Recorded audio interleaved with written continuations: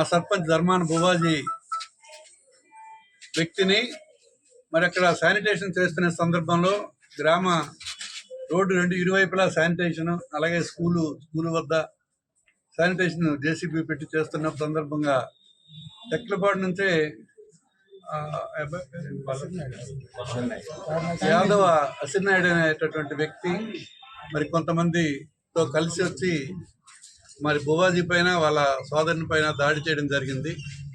అమానుషంగా వెనుక వైపు నుంచి వచ్చి కర్రలతో మరి వెనక తలపైన కొట్టడం, సివియర్గా ఇంజూర్ అయ్యారు ఆయన.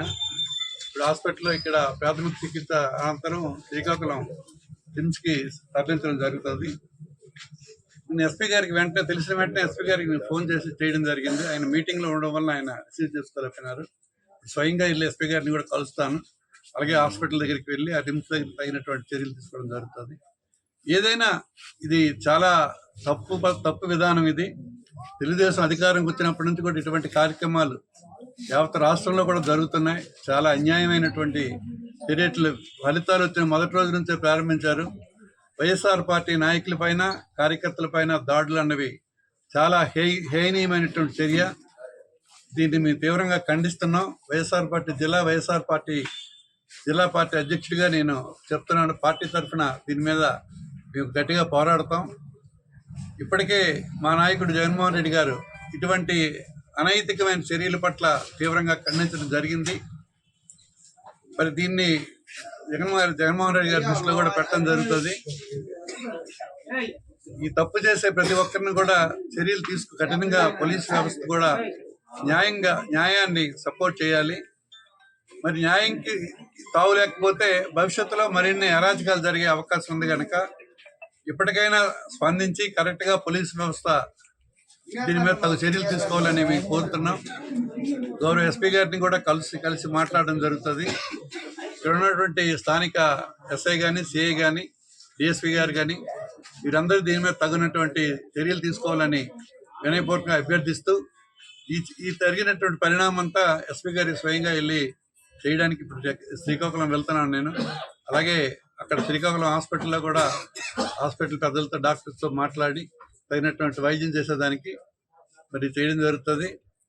న్యాయాన్ని పరిరక్షించవలసినటువంటి ప్రభుత్వమే ఇటువంటి అనైతిక చర్యలు చేయడం అన్నది చాలా దౌర్భాగ్యం. మరి దీన్ని ఏ రకంగా ఆలోచించాలో ప్రజలే నిర్ణయించాలి. ఇటువంటివి ఎల్లప్పుడూ కొనసాగవు.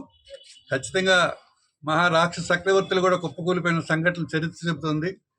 మరి ఇటువంటి తప్పులు జరిగితే దానికి తగినటువంటి ఫలితాలు ప్రజలే వాళ్ళకి తీర్పిస్తారని చెప్పి నేను భావిస్తాను.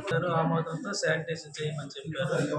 శానిటేషన్ ఈ వర్షం 3-4 రోజులు చేస్తుండగా ఇక్కడ మీకు ఎవరు శానిటేషన్ చేయమని అనేసి తాతతో వచ్చి మా మీద దాడి చేశారు.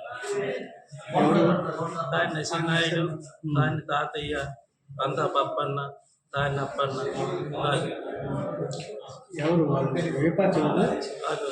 తెలుగుదేశం పార్టీ అండి. మీకు ఎవరు చేయమన్నాడు? మీ ప్రభుత్వం ఉందా ఇప్పుడు? మీకు ఎవరు చేయమని చెప్పాడు అనేసి వచ్చి డైరెక్ట్ అటాక్ చేస్తారు సార్. మీ ప్రభుత్వం లేదు కదా, మీకు ఎవరు చేయమని నానా బూతులు మాట్లాడి నేను మొత్తం జాగ్రత్తగా వచ్చారా, కొట్టడానికి వచ్చారా, ఏం చేయడానికి వచ్చారు తెలియదు సార్. కొట్టడానికి వచ్చారండి. మేము అప్పటికే ఆ ఊరు నుండి సగం దూరం వెళ్ళిపోయాం. మేము పరిగెట్టి వెళ్తుండగా మేము స్పీడ్ హీట్ మీద వస్తుండగా కర్ర కత్తితో ఎంతమంది 7 నలుగురు మళ్ళీ ఏమని ఇంకా మీరు ఇక్కడ నుంచి కర్రలేకపోతే చంపేస్తాం. మీకు సంఖ్య వెళ్ళిపోతున్నాం sir. Local to global news at your finger tips. మీ చేతిలో ఒక ఆయుధం. Download R TV app. Media legend Ravi Prakash is back.